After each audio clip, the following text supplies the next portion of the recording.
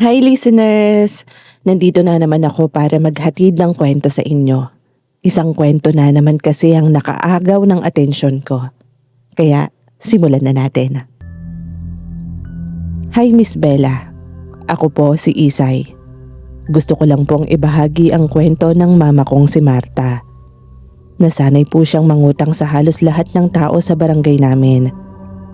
Hanggang sa dumating ang araw na may nangyari ng nakakatakot sa kanya.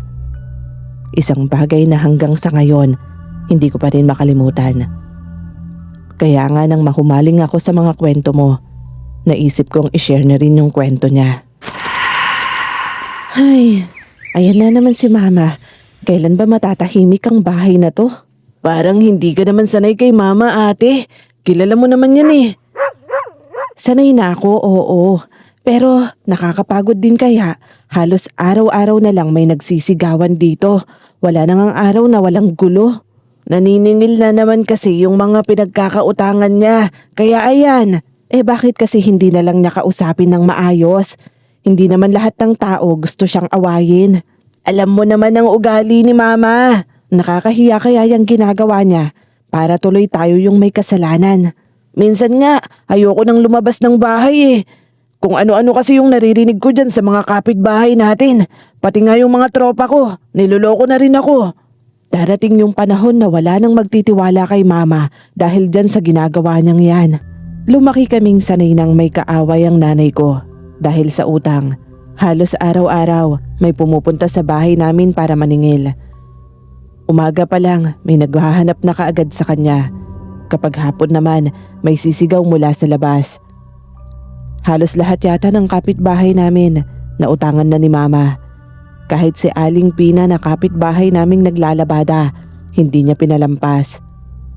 Pero ang nakakainis, hindi naman talaga gipit si Mama. Dahil si ate ang nagpapaaral sa aming magkapatid at yung panggastos sa bukid naman ni Papa nang gagaling. Pero kahit na ganon, halos lahat ng tao sa barangay namin, sinisingil pa rin siya. Kaya habang lumalaki ako, unti-unti naming nararamdaman yung hiya sa tuwing may naniningil sa bahay namin. Isay! Bilisan mo nga dyan sa paghuhugas ng plato! Dadating na yung mga kumari ko! Eto na po ma, patapos na. Tsaka, ilabas mo na rin yung mga soft drinks sa may ref, pati na rin yung yelo. Ma, saan niyo ho ba nakuhang mga pinambili niyo sa mga to? Ano bang pakialam mo?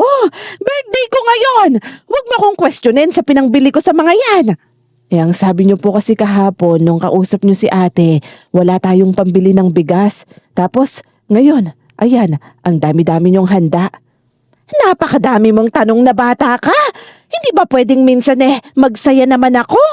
Ikaw naman kasi ate, ang hilig mo pang magtanong. Bakit?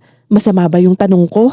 Totoo lang naman kasi yun naman ang sinabi niya kay ate kahapon. Kaya nga, pero iba kasi yung dating nun kay Mama. Ha? Bahala siya. Kahit sinong makakita sa handaan na to, yun ang iisipin. Knowing si Mama, marami ang utang. Birthday ni Mama nun. Simula umaga pa lang maingay na sa bahay namin. Tumutugtog na yung 2 speaker sa harap. Habang todo birit naman sa videoke yung ilang kapitbahay at mga kapatid ni Mama. Punong-puno ng handang mahabang lamesa namin, Miss Bella. May 2 bilao ng pansit, isang malaking tray ng spaghetti, lumpia, barbecue, at may ice cream pa na nakaipit sa maliit naming ref. Parang walang problema si Mama noon. Nagtatawanan ng mga kumari niya habang nagiinuman sila sa labas. Yung iba, sintonado na ang kanta, pero tuloy-tuloy pa rin. Ang bongga ng handa niya. Daig niya pa tayo kapag nagbe-birthday. Bakit? Naiinggit ka, ate? Hoy, hindi ako naiinggit Sinasabi ko lang naman kung anong totoo. Tayo pag nagbe-birthday tayo, nagluluto lang siya ng pritong manok. Tapos may pa-soft drinks lang para sa ating pamilya. Pero siya, ayan, lahat ng kumari niya nandyan. Birthday niya nga kasi, ate. Birthday din naman natin dati Nako, ate, bahala ka kapag ikaw narinig ni Mama. Di bahala din siya, totoo lang naman ang sinasabi ko. Rinig ko nga, nanalo daw siya ng tong-its kahapon. Ay, pambihira. Yan ang kinakainis ko kay mama. Bukod sa nangungutang na, nagsusugal pa. Mabuti naman sana kung lagi siyang nananalo. Pero senior citizen na siya, hindi pa rin siya nagbabago. Ang sama talaga ng ugali mo, ate. Hindi ako masama, naiinis lang ako. Kasi kapag may problema si mama, tayo rin naman ang nadadamay. Tayo ang pinag-iinitan niya. Oo nga tapos madalas pa tayong humaharap sa mga naniningil sa kanya. Sana lang talaga walang dumating dito para maningil. Sigurado akong magkakagulo na naman kapag nangyari yon. Malay mo naman ate, baka magbayad si mama ngayon. Birthday niya. Panigurado, mabait siya ngayong araw na to. Ha? Si mama? Babait? Mas naniniwala pa akong puputi ang uwak. Ate naman, grabe ka sa mama natin ha. Kasabay ng pagtawa ni Elias ang tawa ni mama. Habang hinihit-hit niya ang sigarilyo niya. Nakaupo siya sa may gitna, naka-ekis ang paa habang may plato ng spaghetti sa harap niya. Kami naman ng kapatid ko, nasa gilid lang ng kusina noon. Naguhugas ako ng plato. Kahit masaya yung paligid, may iba akong nararamdaman. Kasi alam kong oras na may makakita sa handaang ito, siguradong may darating na maniningil kay mama. At hindi nga ako nagkamali. May tumawag nga mula sa gate namin. Si Alora, anak siya ni Aling Cora, isa sa mga pinagkakautangan ni mama. Aling Marta, pinapunta po ako ng nanay dito para po maningil sa utang nyo. Ay nako, yung nanay mo talaga hindi makapaghintay. Ang sabi niya po, huwag daw po akong uuwi hanggat hindi kayo nagbabayad. Aba, talaga namang tinuturuan ka pa niya. Matagal na raw po kasi yung utang nyo sa kanya. Ay, siya eto, spaghetti, lumpia at manok. Iuwi mo yan ha. Sabihin mo sa nanay mo, ibawas na lang yan sa mga utang ko. Po, Aling Marta, baka po pagalitan ako ng nanay ko dito. Bakit ka naman papagalitan? May pagkain naman kayo. Sige na, iniistorbo mo ang kasiyahan namin dito. Bigyan nyo na lang po kaya ako ng kahit kaunting pera. Ayan na nga ang pagkain. Ibawas na niya yan sa utang ko sa kanya. Yan lang ang meron ako ngayon. Yun ang sabihin mo. Bahagyang nagbago ang mukha ni mama matapos ang ilang minuto. Dahil si Aling Cora naman ang pumunta sa bahay. Kanina lang, masayang masaya siya. Pero ngayon, halatang naiinis na. Dala-dala ni Aling Cora yung pagkain na ibinigay ni mama kay Alora. Ano to, Marta? Suhol? Pera ang inutang mo sa akin, tapos ito ang ibabayad mo. Naku naman, Cora. Wala nga kasi akong pera ngayon. Wala kang pera pero may panghanda ka. May pang videoke ka. May pang inom pa kayo rito. Tapos sasabihin mo sa akin wala kang pera. Sinong niloloko mo? Kaya nga ibawas mo na lang yan sa utang ko. Yung pagkain na nakuha ng anak mo. Hindi nakakatuwa yan, Marta. Perang kailangan ko, hindi pagkain. Wala nga akong ibang maibibigay sa'yo ngayon. 3 buwan na yung utang mo sa akin. Sa 3 buwan na yon, yan ang lagi mong sinasabi. Magbabayad naman ako Hindi naman kita tatakbuhan. Kailan ka pa magbabayad ha? Kapag sinipag ka, kapag ginusto mo na. Pinaghirapan ko yung perang pinautang ko sa'yo. Kung makapagsalita ka naman, akala mo naman milyon-milyon ang utang ko sa'yo. Hindi man milyon yon, pero pinaghirapan ko at nangako kang magbabayad ka sa akin. Sa wala nga akong maibabayad ngayon, anong magagawa ko? Nakakapagpakain ka ng mga bisita mo, pero yung utang mo, hindi mo mabayaran, na hindi mo maalala. Ay, bakit mo ba sinisira ang araw ko? Pwede namang sa ibang araw ka na lang maningil, Hindi ngayon. Hindi ko sinisira ang selebrasyon mo. Sinisingil lang kita sa obligasyon mo. Nakakatawa ka naman, Cora. Sa dami-dami ng araw, ngayon ka pa talaga maniningil, Ay, oo nga pala. Hindi kita na-invite. Wala akong pakialam kung na-invite mo man ako o hindi. Ilang beses na kitang pinupuntahan pero puro ka dahilan. Tandaan mo tong araw na to, Marta. Magaling ka lang talaga kapag uutang ka. Kasabay noon, tumalikod si Aling Cora habang umiiling. Bago siya tuluyang makaalis, huminto pa siya saglit. Hindi na sumagot pa si Mama, umirap lang siya, tsaka muling nagsindi ng sigarilyo. Pero ako, hindi ko makalimutan yung tingin ni Aling Cora nung umalis siya. Punong-puno yun ng sama ng loob. Hindi lang si Aling Cora ang may sama ng loob kay Mama. Hindi ko na nga mabilang kung ilan na ang pinagkakautangan niya. Isang tanghali, nagsasampay ako ng damit sa gilid ng bahay namin. Mainit ang sikat ng araw noon. Ate, tapos ka na ba dyan? Maglilinis sana ako ng bike ko eh. Hindi pa. May 3 timba pa akong babanlawan. Sige, mamayang hapon na lang ako maglilinis. Tsaka, huwag ka dito maglinis no. Mamaya matalansikan tong mga nilabhan ko. Madudumihan. Sa'yo pa naman ang pinakamaraming damit dito. Mainit kasi ang panahon. Tsaka, mainit dun sa loob eh. Dito na lang ako sa labas. Oo, alam ko. Kaya nga 3 beses kang maligo. Mabuti naman sana kung ikaw ang naglalaban ng mga damit mo. Hindi naman marumi ang mga yan ah. Amoy pawis lang naman. Madali lang labhan. Binata ka na, Elias. Hindi ka na dapat nakaasa pa sa amin ni Mama pagdating dyan sa mga gamit mo. Ate naman eh. Ngayon mo pa ako sa sermonan. Sige na, dyan ka na. Mamaya na ako maglilinis ng bike. Tignan mo to. Kapag pinagsasabihan aalis, ayaw na ayaw talagang natuturuan.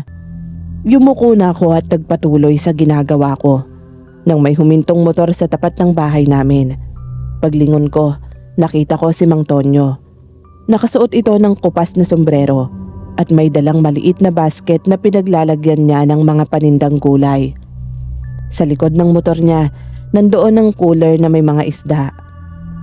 Halatang kagagaling niya lang sa pag-iikot para makapagtinda. Isay! Magandang tanghali po, Mang Tonyo. Magandang tanghali din naman. Ay, nako, napakainit ano? Oo nga po.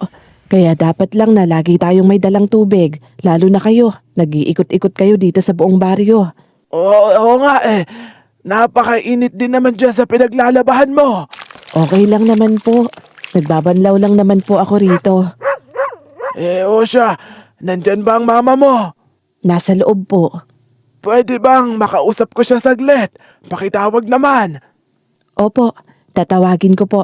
Sandali lang po ha. O siya, sige. Dito lang ako. Maghihintay.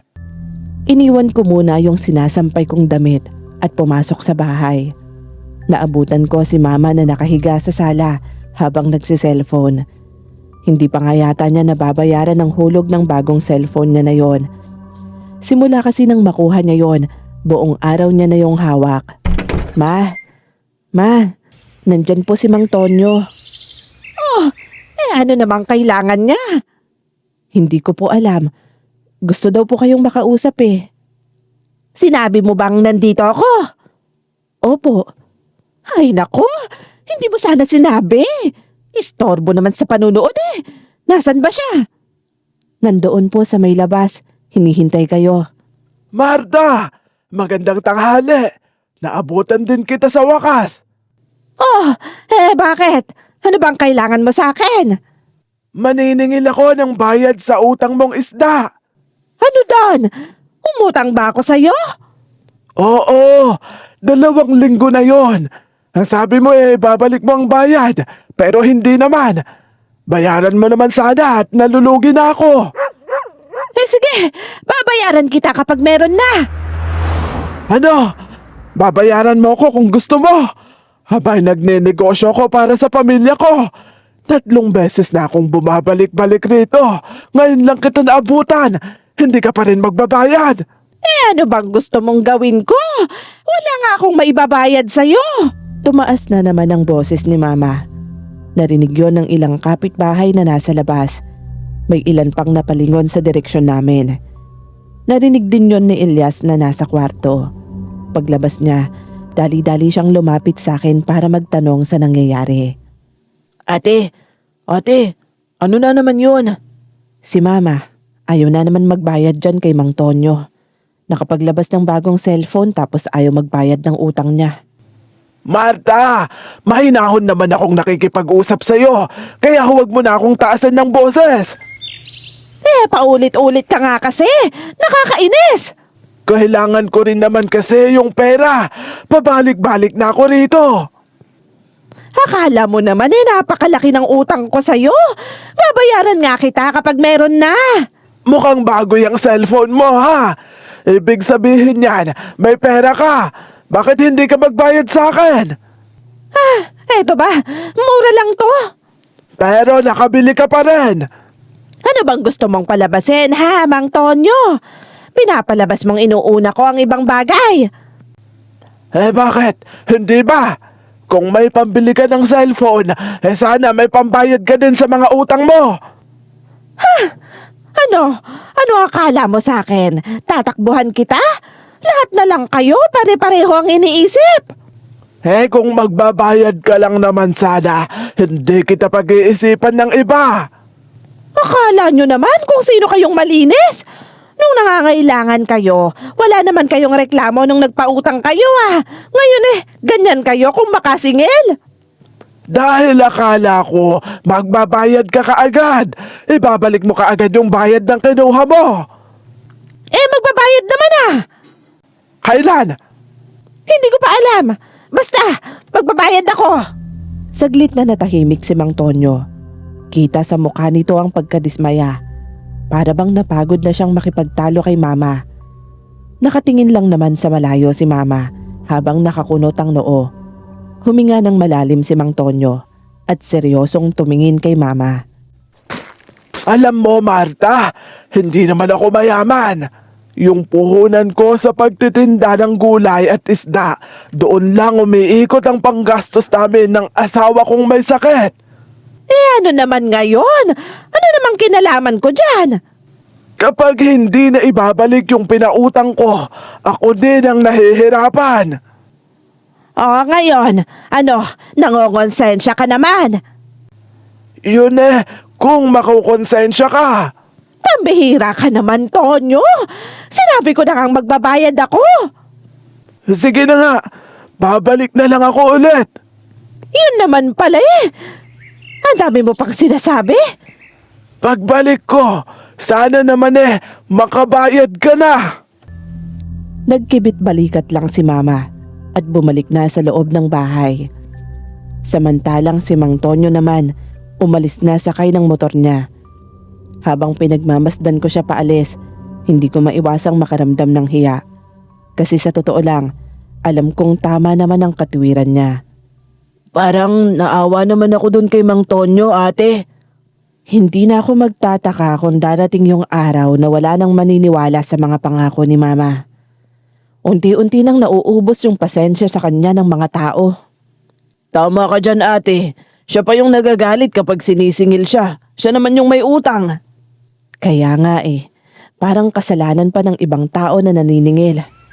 Siguro, iniisip niya, lagi naman siyang may mauutangan.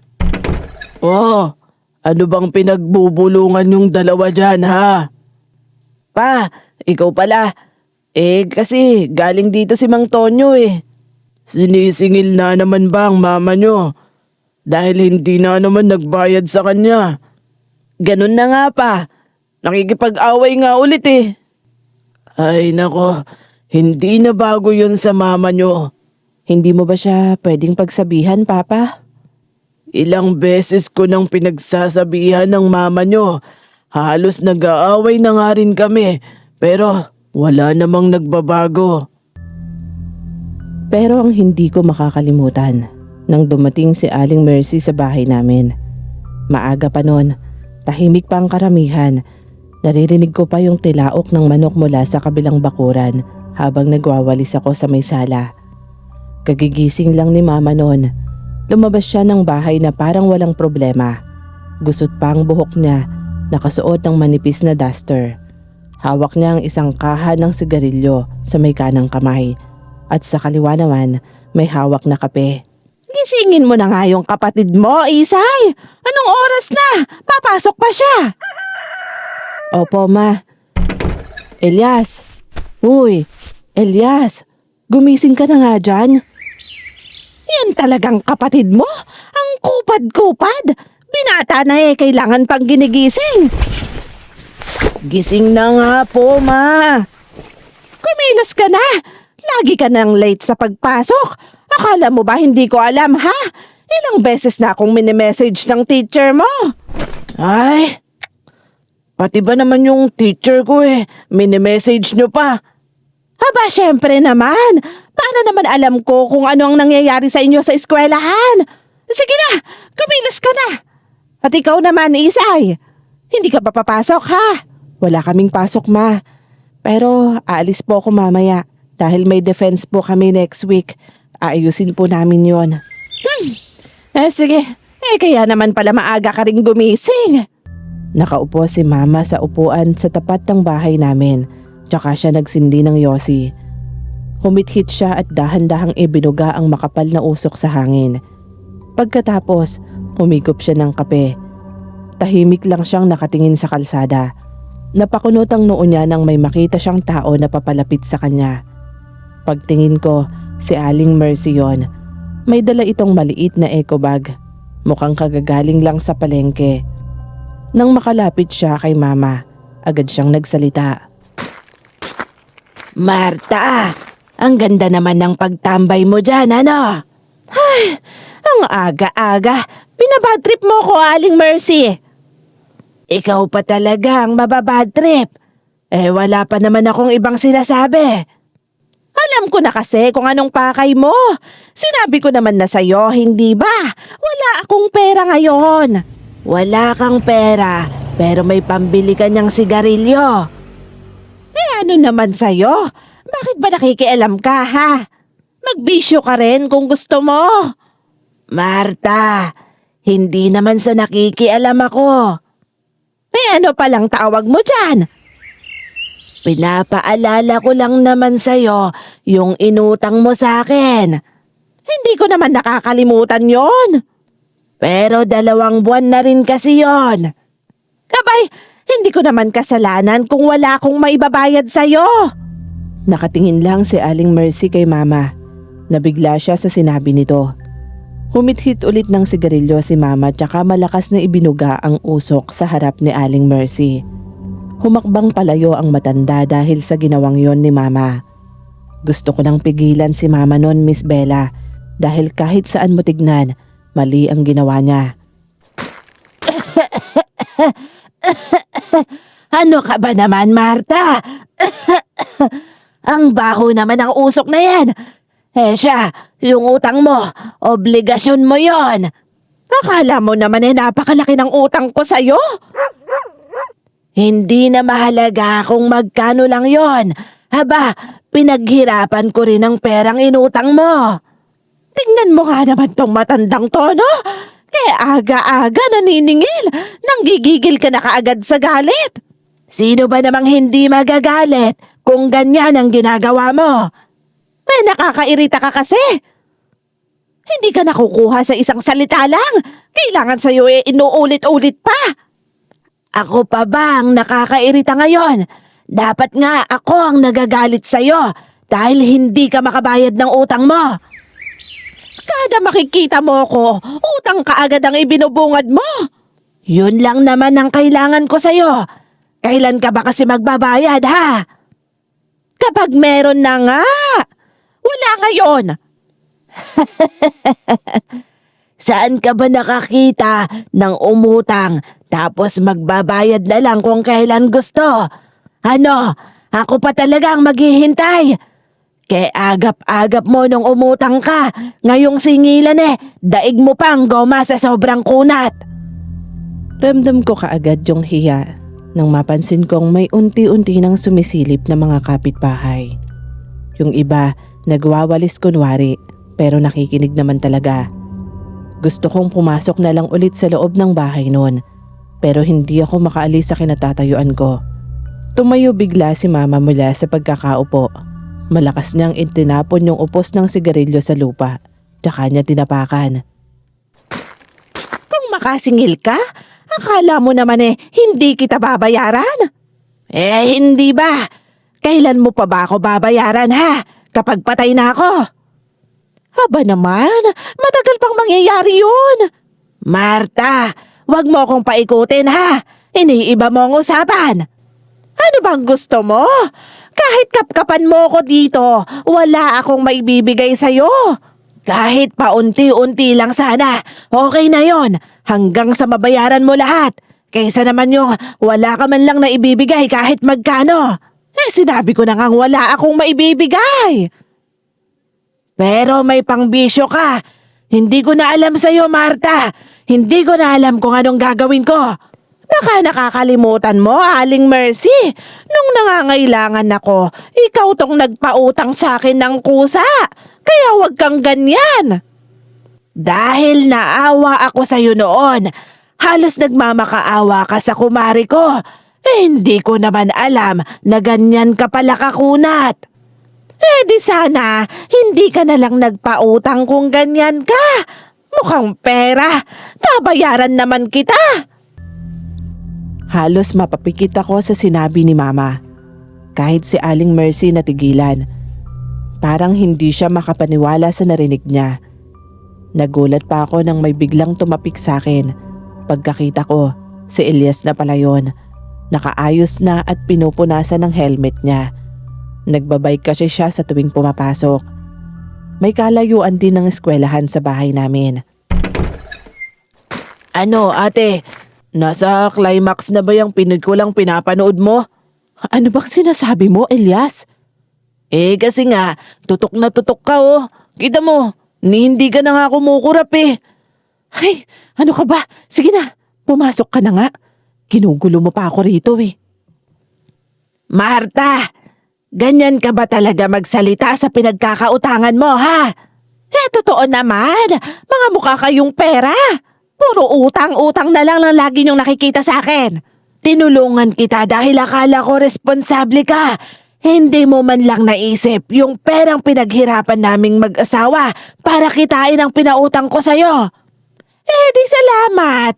Pero wala na akong kinalaman pa doon. Hindi ka na talaga nahiya.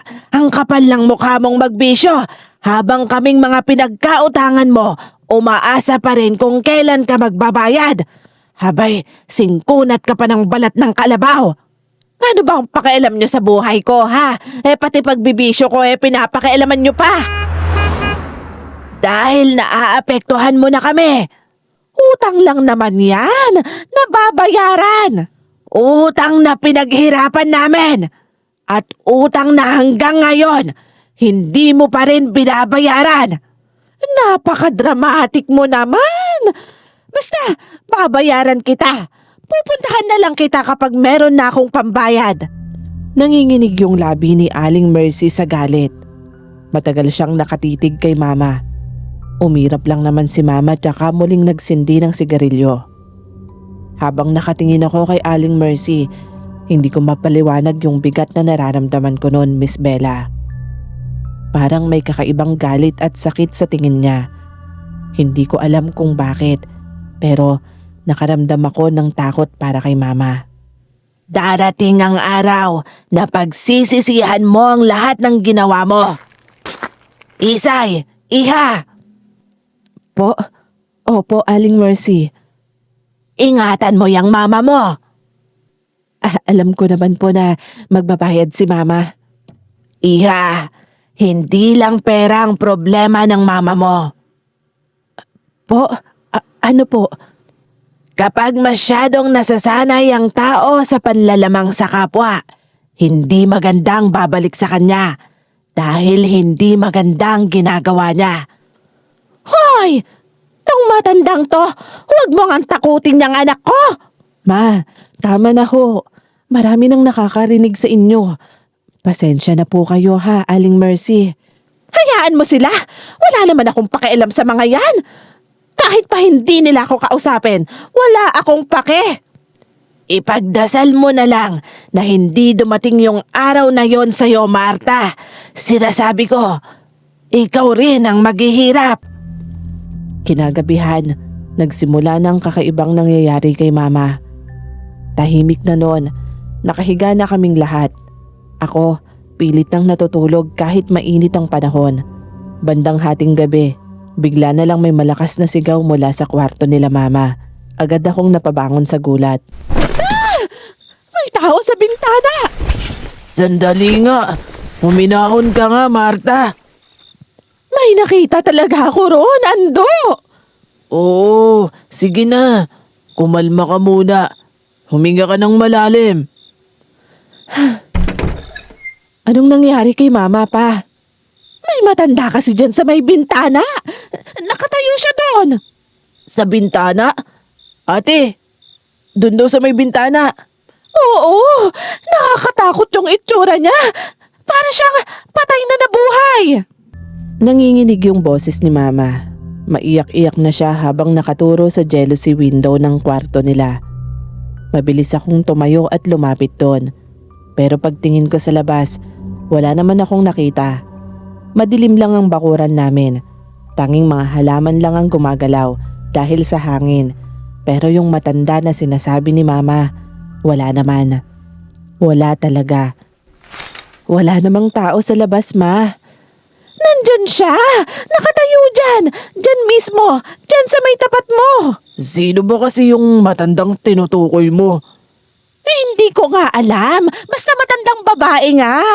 Hindi ako nagbibiro. Nakatitig siya sa akin habang nakatayo siya dyan.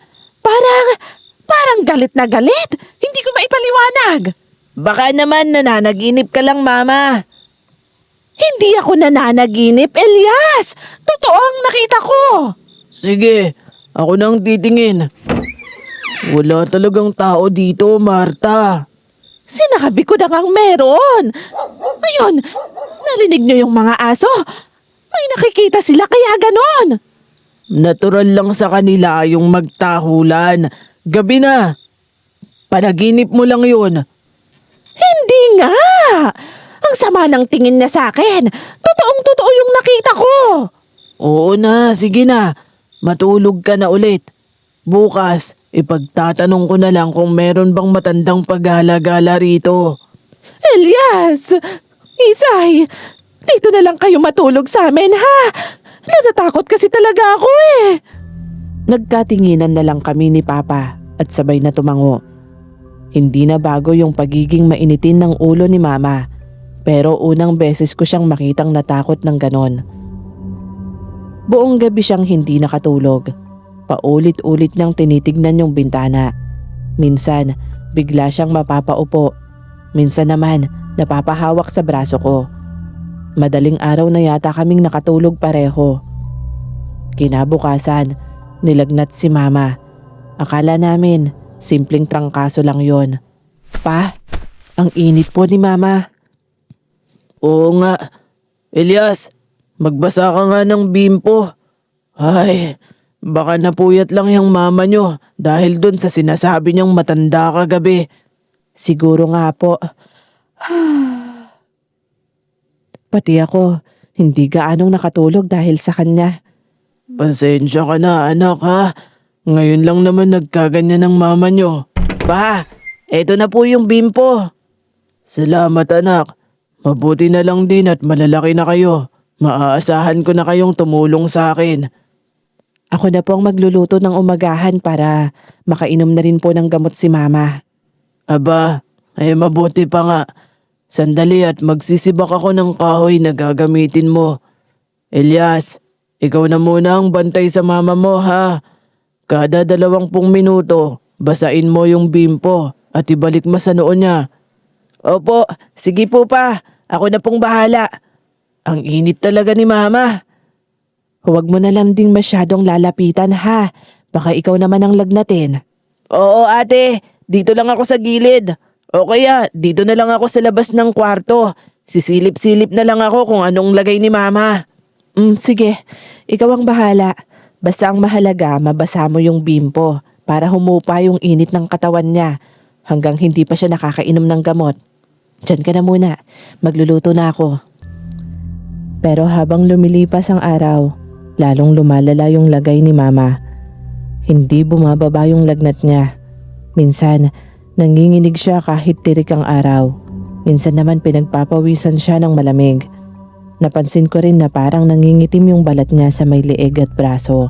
Noong una, akala ko dumi lang. Pero habang tumatagal, mas dumadami at mas kumakalat. Hanggang sa isang umaga, habang nagsusuklay siya, napasigaw na lang siya sa nakita niya. Ano ba tong pakiramdam ko? Ang init-init pa rin ng katawan ko. Tapos, etong nasa balat ko. Ay, ang pangit na ng leeg ko. Daig pa ang balat ng palakang itim. Ano ba to? Ah! Isay! Ma, bakit po? Anak, ang buhok ko. Ito, tignan mo. Ang dami naman po niyang nalagas. Ngayon lang ba yan, ma? Oo, ang sakit na nga ng ulo ko eh. Pero nababagot na kasi akong nakahiga lang. Kaya pinilit kong maupo dito sa harap ng salamin. Pero eto, kita mo. Ma, baka po kailangan na nating magpa-check up. Hindi na rin po namin alam kung anong gagawin sa inyo eh. Wala naman akong sakit, anak. Siguro, dahil lang to sa hindi ko pagligo ng ilang araw. Pero ma, sinabi na ngang wala akong sakit. Huwag na kayong mag-aksaya pa ng pera. Umaayos naman ako, hindi ba, kapag nakakainom ng gamot?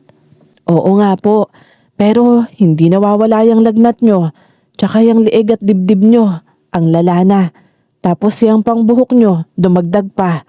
Alam ko naman lahat yan. Huwag mo nang isa-isahin pa. Napaatras ako sa sigaw niya. Habang lumilipas ang mga araw, lalong nagiging kakaiba yung kilos ni mama. Hindi na siya mapakali. Bigla-bigla na lang siyang napapatingin sa sulok ng kwarto. Minsan, nakatulala lang siya o di kaya'y parang may kausap kahit wala naman. Gabi-gabi, pare-pareho yung sinasabi niya. Nandyan na naman siya, anak! Ay, nakakatakot talaga ang itsura niya! Ma, sino ba kasi ang nakikita mo? Yung matanda! Yung sinasabi ko sa inyo! Wala naman pong ibang tao dito bukod sa atin. Nakatayo nga siya dyan sa may sulok! Wala namang tao doon, ma. Paalisin mo siya, Isay. Nakatingin talaga siya sa akin eh. Nandun talaga. Ma, wala pong tao doon. Mga damit lang ho natin yun na nakasampay. Meron. Kanina pa siya nakatingin at nakatayo ron. Marta, tama na nga yan. Wala kaming nakikita. Kaya magtigil ka na. Bakit ba ako lang ang nakakakita sa kanya? Bakit ba ako lang ang ginugulo niya? Hindi ko alam kung anong isasagot ko nun, Miss Bella. Dahil kinakabahan na rin ako. Lalo na kapag madaling araw. Pakiramdam ko kasi may kakaiba na talagang nangyayari sa bahay namin. Kapag iihi ako sa gabi, parang may anino akong nakikitang dumadaan sa may kusina. Minsan naman, bigla na lang lumalamig yung hangin sa kwarto. Kasabay ng paglala ni mama. Kumakalat na rin sa barangay yung nangyayari sa kanya. Ate, usap-usapan na si mama sa buong baryo natin. Ay, maraming galit kay mama, kaya hindi na yun maiiwasan. Wag mo na lang silang pansinin. Nakakainis lang kasi kung ano-anong sinasabi nila. Yung iba, hindi naman totoo. Ganun talaga ang chismis. Dagdag bawas ang mga yan. Basta ang mahalaga, wala silang ibang gagawin bukod sa magtismisan lang. Sa bagay, pero naiinis kasi ako dun sa mga nagkukwento eh. Parang hindi sila naaawa kay mama. Alam mo, ganyan talaga kapag galit sila. Para bang naghihintay na lang sila sa pagbagsak ni mama. Nanghihina na nga si mama tapos ganun pa sila. Alam mo naman kung bakit sila galit sa kanya, hindi ba? Oo, pero dahilan ba yun para hindi nila siya kaawaan? Para sabihin na hindi siya magtatagal? Para na nilang sinasabi na mamamatay si mama? Ay nako, basta kahit anong mangyari, huwag mo silang papatulan. Hayaan mo lang silang magsalita dyan ng kung ano-ano. Kasi tayo, alam natin ang totoong nangyayari kay mama. May narinig nga rin ako, ate. Ewan ko kung maniniwala ka rito ah. Pero kasi, ang sabi nila, Ilang araw na rin daw wala si Aling Mercy. Tapos pagbalik niya, ganyan na si Mama. Baka daw kinulam daw siya. Ano ka ba naman? Hindi naman siguro magagawa ni Aling Mercy yon kahit gaano pa siya kagalit kay Mama. Baka nagkataon lang naman ang lahat. Tsaka, hindi totoo yung kulam. Ano? Si Mercy? Siya ang may gawa nito sa akin. Ma, narinig lang naman ni Elias yung mga nagchichismisan. Wala pong pruweba yon. Walang hiya talaga ang matandang yon. Huwag niyo pong puwersahin ang sarili niyo. Ano ba naman kayo, Ma?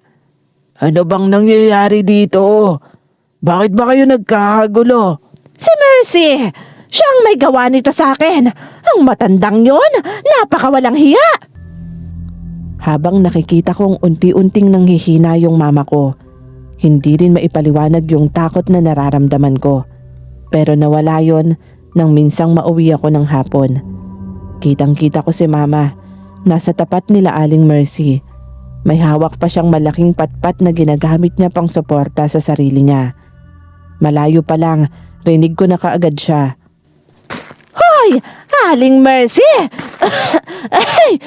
Pwisit na to! Lumabas ka nga dito! Ano bang kailangan mo, ha, Marta? Magbabayad ka na ba ng utang mo? Anong magbabayad? Aba, ikaw nga ito. Ano itong kumakalat na chismis ha? Pinakulam mo raw ako. Abay, hindi. Apektado na rin ang pamilya ko dahil sa chismis na yan. Wala akong alam sa pangkukulam at hindi ko yon magagawa. Malamang naman talaga ikakaila mo. Para sa 5,000, ipapakulam mo pa talaga ako. Hindi nga ako ang nagpakulam sa'yo. At saka, bakit naman ako ang sinisisi mo? Ako lang bang may galit sa'yo dahil sa mga inutang mo? Napakawalang puso mo, talagang matanda ka. Bawiin mo ang ibinigay mong sakit sa akin. Aray ko, ang sakit ng dibdib ko. Ay, parang nagiinit na naman ang balat ko. Ma, bakit naman kasi lumabas kayo? Tigilan niyo na nga yang si Aling Mercy. Hindi ko na napigilan ang sarili ko, anak. Hirap na ako sa kalagayan ko. Ma, hindi naman humang kukulam yang si Aling Mercy. Hindi ba kababata ko yung anak niyang si Beth? Minsan na akong nakapunta dyan sa bahay nila at may buntot pagi sila. At ang mangkukulam, takot sa buntot pagi. Kaya malabong totoo yung chismis na yon. Pero anak, huwag na ho kayong humanap pa ng pagbibintangan. Ituon nyo na lang ho sa pagpapagaling. Dumating pa nga kami sa punto na wala nang gustong tumulong. Hindi lang kay Mama, kundi maging sa amin na rin. Yung iba, diretsahan nang nagsasabi na wala silang maitutulong sa amin. Doon ko na-realize, Miss Bella, na mas masakit pala talaga kapag nawala na yung tiwala ng tao sa'yo. Naalala ko isang tanghali, inutusan ako ni Papa na mangutang sana ng gamot dahil mataas na naman yung lagnat ni Mama. Isay, subukan mo ang mangutang kay Aling Mercy. Kahit 2 paracetamol lang. Inaapoy na naman kasi ng lagnat ang mama mo. Baka dahil na yan sa nangyayari sa balat niya, Pa. Hindi ko alam. Marami na rin siyang nainom na gamot. Pero wala namang nangyayari. Pati yung mga dahon na itinatapal ko sa liig niya, wala pa ring epekto. Ay, sige po, Pa. Sandali lang po at pupunta ako kay Aling Mercy. Ate, sama ako sa'yo. Nang makahinga naman ako dito. Nai-stress na ako sa nangyayari. Kahit ako rin, Elias, hindi ko na alam kung ano yung iisipin ko. Tampulan pa ng chismis ang pamilya natin. Ay, pambihira. Nakakasakit talaga ng ulo. Huwag mo na kasi silang pansinin. Gawin mo na lang kung ano ang ginagawa mo noon. Oo na. O ayan na ate. Tumawag ka na. Ikaw na rin ang makipag-usap ha. Pambihira ka talaga. Sinamahan mo lang talaga ako, no? Aling Mercy, tao po. Sandali. Ikaw pala, Isay. Bakit? Mangungutang ho sana kami ng gamot para kay Mama po. Wala na po kasi kaming pera ngayon eh. Pero babayaran naman po ni Papa kapag nakapagbenta na raw po siya ng baka. Isay, pasensya ka na, iha. Gustuhin ko man. Tignan mo ang tindahan ko ngayon. Wala nang laman. Kasi yung nautang ng mama mo, yon ang puhunan ko rito. Ah, ganun ho ba? Pasensya na po. Naiintindihan ko po kayo. Ayaw sana kitang tanggihan, iha. Pero wala eh. Kailangan kong maghigpit ngayon. Hindi na ako nakasagot. Hinila na lang din ako ng kapatid ko noon. Ramdam na ramdam namin pareho yung hiya. Pag uwi sa bahay, nakahiga pa rin si mama. Mas lalo nang nangingitim yung balat niya. Halos numipis na rin yung buhok niya. Dahil araw-araw sa higaan nila, ang daming nalalagas na buhok. May gamot ba kayong nakuha? Wala po, ma. Pasensya na. Wala na rin po kasing laman yung tindahan ni Aling Mercy. Nalugi na raw. Kasi yung inutang nyo, yun yung puhunan niya. Ano ka ba, Elias? Hindi mo na sana sinabi yun. Bakit, ate? Dapat nga malaman ni mama yun eh. Para ma-realize niya kung ano yung mali niya.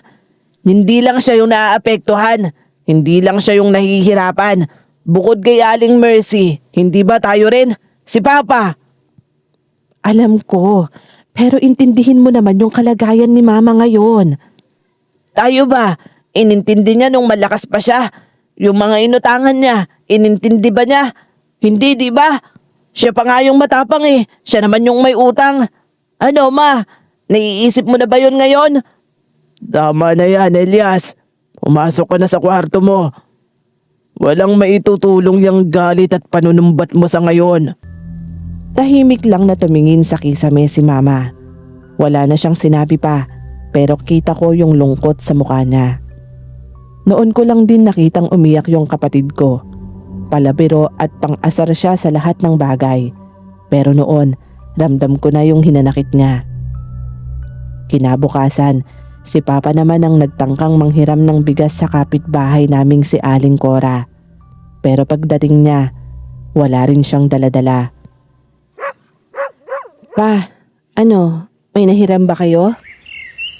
Wala, anak. Hindi nga ako pinagbuksan ng pinto. Hindi ko naman sila masisisi. Lahat ng pwede nating lapitan, may utang si mama. Yun nga ang mahirap eh. Kaya ayaw nilang tumulong. Ibig sabihin ho, ganun sila kagalit kay mama? Hindi naman kasi biro yung ginawa ng mama mo sa kanila. Kaya ba, pati sa atin ganun na rin ang tingin nila? Siguro, ganun na nga.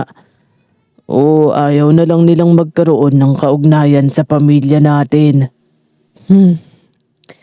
Pa, tanong lang, galit ba kayo kay mama? Hindi, anak. Pero nasasaktan ako para sa inyo. Kasi hindi nyo deserve maranasan lahat ng to.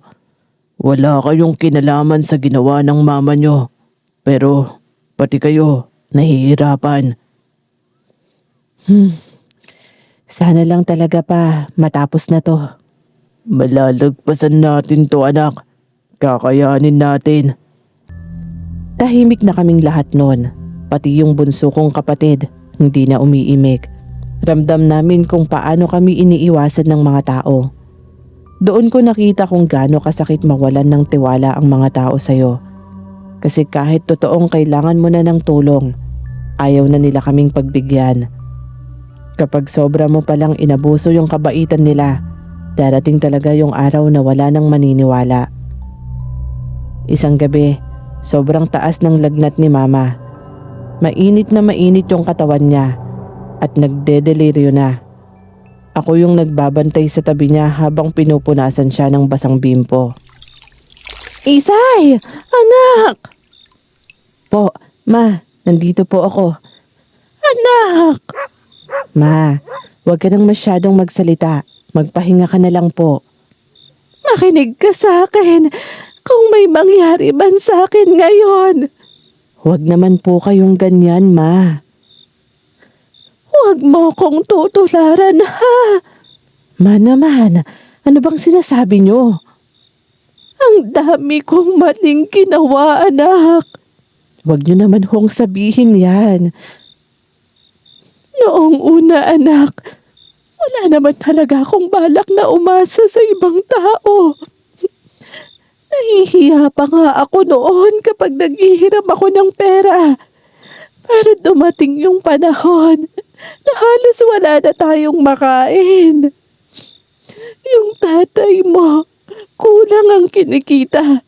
Kaya napilitan akong mangutang. Sa una, iniisip ko babayaran ko kaagad. Pero habang tumatagal, parang naging madali na lang sa akin. Hanggang sa nasanay na akong umutang muna bago mag-isip kung paano magbabayad. Ma, gagaling ka pa. Makakabawi ka pa.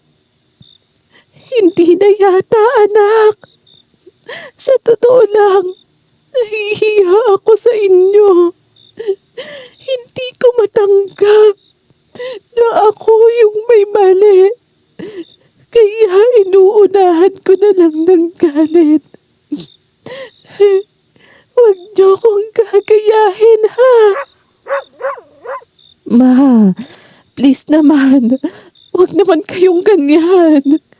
Patawarin niyo ako. Dinamay ko pa kayo sa mga problemang ginawa ko. Marta! Mahina lang natawag ni Papa. Pero hindi na nakasagot si Mama. Nakatingin lang siya sa isang sulok habang humihina yung paghinga. Napatingin agad ako sa sulok ng kwarto pero wala naman akong nakita. Napahigpit yung hawak niya sa kamay ko. Ma? Ma? Nandyan na naman siya, anak. Nakatingin lang siya sa akin. Wala pong tao, Ma. Wala pong ibang taong nandito bukod sa amin. Yung matanda. Tinuturo na niya ako, anak. Ma, Tama na po. Kinikilabutan na ako sa mga sinasabi niyo. Natatakot na ako, Isay. Sinusundo na ba niya ako? Ayan ka na naman, Ma. Kung ano-anong sinasabi mo. Totoo, anak. Nararamdaman ko na rin na hindi na ako magtatagal pa. magtagal ka man o hindi. Nandito kami para sa iyo, Ma. Nandito lang kami. Maswerte ako sa inyo. Kayo lang tong minalas sa akin. Doon ako tuluyang napahagulgol. Parang batang takot na takot si Mama. Makalipas lang ang 2 araw, Miss Bella. Tuluyan nang namatay si Mama. Hindi ko pa rin makalimutan yung huling tingin niya sa akin. Punong-puno yon ng pagsisisi at ng takot. Ate, nabayaran mo na daw ba yung mga utang ni Mama? Oo, halos kalahati ng nakuhang insurance yung naibayad ko sa lahat ng utang niya. Ganun kadami yung utang ni Mama? Oo, mas marami pa nga sa inaakala natin. Hindi ko akalaing aabot pala ng ganun karami. Ako rin naman. Nakita mo naman siguro yung tindahan ni Aling Mercy, ano? Ah, oo ate, may paninda na nga ulit. Napangiti pa nga si Aling Mercy nung huli ko siyang nakausap. Kasi, nabayaran mo na siya. Oo, nagdagdag na rin ako ng tubo. Nakakahiya kasi. Hindi niya nga daw inaasahan na babayaran pa yung utang ni Mama. Ang tagal na rin kasi nun ate eh. Si Aling Cora ba, nabayaran mo na? Hindi pa, pero ngayon pupunta ako sa kanila. Ang alam ko kasi na ospital daw si Alora eh. Kaya ngayon pa lang ako pupunta. Magkano ba yung utang ni Mama sa kanila? Hindi naman ganun kalaki. Pero hanggang ngayon, nahihiya pa rin ako. Alam mo, kapag naiisip ko yung ginawa ni Mama sa kanila nung birthday niya, doon talaga ako nahihiya. Ang tagal na nun ate ah. Naaalala mo pa rin? Kung nasan man ngayon si Mama, sana makita niyang sinusubukan nating ayusin yung mga iniwan niyang problema.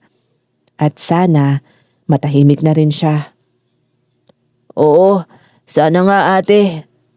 Paglipas ng panahon, dala ko pa rin yung hiya at takot dahil sa ginawa ni Mama. Hindi ko akalain na darating yung araw na haharapin ko yon. Yung ate namin, pang-eskwela lang talaga yung sagot niya. Kahit noong nabubuhay pa si Mama, hindi siya nagbibigay ng ibang tulong, maliban na lang kapag tungkol sa pag-aaral namin ni Elias. Pero grateful kami doon dahil malaking tulong siya sa amin. Walang kita si Papa noon, kaya napilitan akong mangutang. Eto talaga yung iniiwasan kong mangyari. Ay, kaya ko to. Sasamahan kita ate, para kung tanggihan ka ni Aling Mercy, kasama mo ko. Salamat Elias. Tao po, Aling Mercy.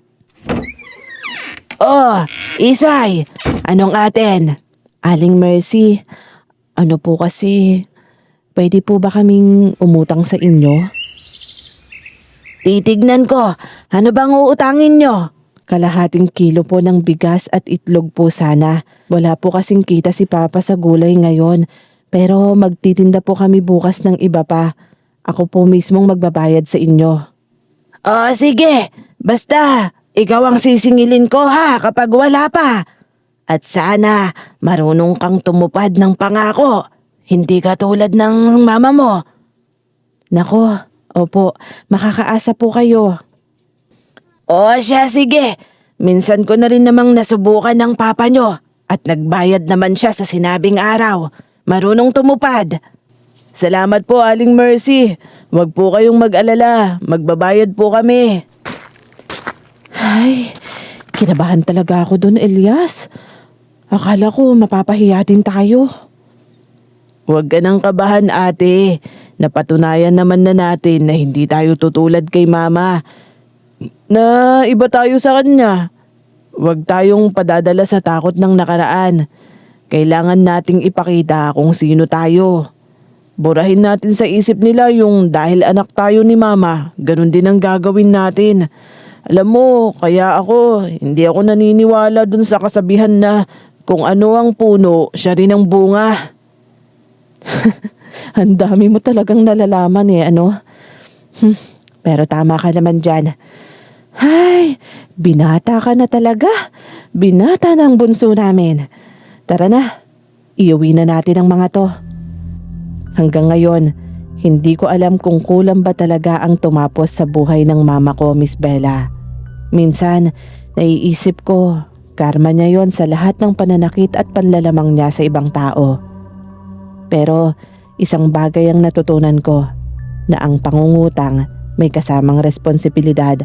Hindi masamang mangutang kung talagang kailangan. Pero kapag nasanay kang abusuhin ang kabaitan ng ibang tao, unti-unti kang mawawalan ng respeto at tiwala. Dahil minsan, hindi pera ang pinakamahirap na bayaran, kundi yung kahihiyan at kasalanan sa kapwa. Salamat po sa pagpili ng kwento ng pamilya namin. Looking forward po ako na mapakinggan ito sa channel nyo. God bless po sa inyong lahat. Alam ko, may mga kakilala tayong kagaya ni Aling Marta. Yung nangungutang, pero galit kapag sinisingil.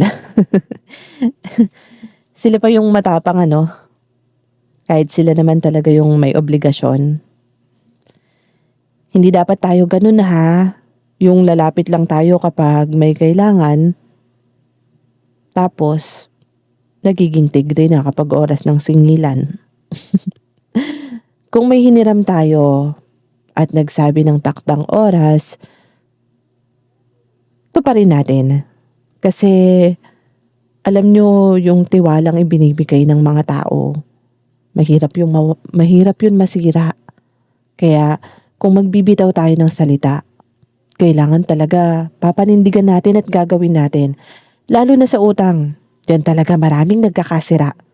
Sana nagustuhan nyo ang story na to. Palambing naman ako ng likes and comments. Asahan nyo, re-replyan ko kayo isa-isa. Paano? Hanggang sa next story ulit. Salamat!